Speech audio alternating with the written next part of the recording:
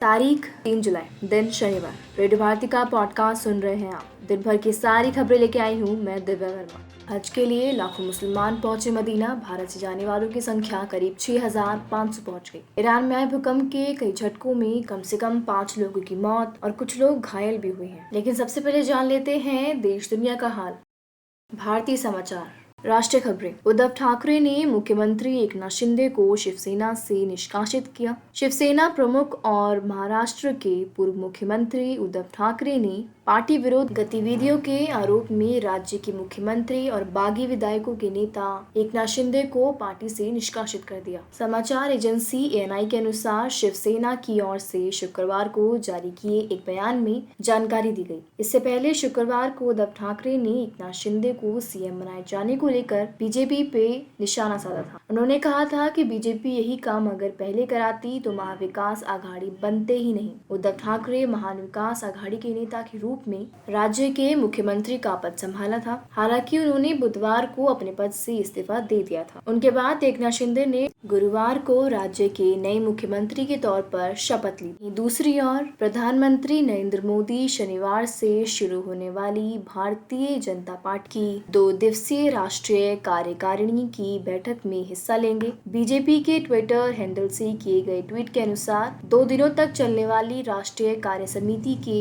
ये बैठक 2 और 3 जुलाई को तेलंगाना की राजधानी हैदराबाद में आयोजित हो रही है। बैठक की शुरुआत शनिवार को शाम 4 बजे से होगी। मोहम्मद जुबैर की याचिका पर हाईकोर्ट में सुनवाई। पुलिस से 2 हफ्तों के अंदर मांगा जवाब। दिल्ली हाईकोर्ट ने ऑल्ट न्यूज के सह संस्थापक मोहम्मद जुबैर की याचिका पर दिल्ली पुलिस को नोटिस जारी किया है। कोर्ट ने दिल्ली पुलिस से 2 हफ्तों के अंदर जवाब मांगा है। जुबैर अहमद को धार्मिक भावनाओं को आहत करने के आरोप में दिल्ली पुलिस ने गिरफ्तार किया है। जुबैर अहमद ने 4 दिन के पुलिस रिमांड को लेकर हाईकोर्ट में चुनौती दी थी। भारत में बंद जगतार सिंह जोहल को लेकर ब्रिटिश पीएम का बयान सामने आया है। स्कॉटलैंड के रहने वाले जगतार सिंह जोहल की भारत में कैद को ब्रिटेन के प्रधानमंत्री बोरिस जॉनसन ने मनमाना बताया है। सिख कार्यकर्ता जगतार सिंह जोहल बिना कोई ट्रायल के नवंबर 2017 से जेल में बंद है। उन पर दक्षिणपंथी हिंदू नेताओं के खिलाफ एक आतंकी साजिश में हिस्सा लेने का आरोप है। बोरिस जॉनसन ने पहली बार लेबर पार्टी के लीडर सर कीर स्टारमर को लिखे पत्र में इस शब्द का जिक्र किया है। जोहल के परिवार ने सफलता का क्षण बताया है। बोरिस जॉनसन ने जो पत्र लिखा है उसमें जोहल को एक ब्रिटिश नागरिक बताया गया है। साथ ही उन्होंने लिखा कि भारत ने उन्हें पिछले 4.5 साल से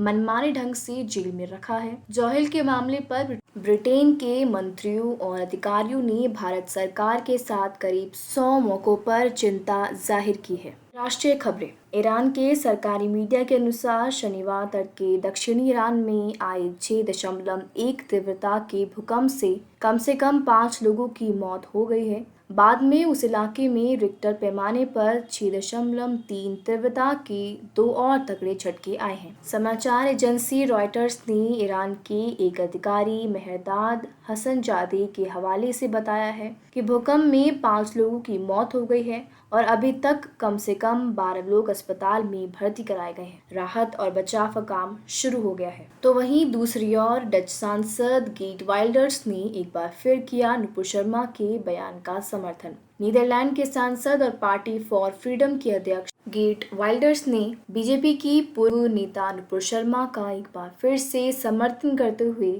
उन्हें हीरो करार दिया। उन्होंने शुक्रवार को इस बारे में एक ट्वीट किया। इस ट्वीट में उन्होंने लिखा कि मुझे लगा कि भारत में शरीयत अदालत नहीं है। उन्हें पैगंबर मोहम्मद के बारे में सच बोलने के लिए कभी माफी नहीं मांगनी चाहिए। ऐसा जो है गेट वाइल्डर्स ने कहा, जो नीदरलैंड के सांसद और पार्टी फॉर फ्रीडम के अध्यक्ष हैं। आगे बढ़ते हुए उन्होंने ये कहा कि पैगंबर मोहम्मद के बारे में सच बोलने के लिए कभी माफी नहीं मांगनी चाहिए।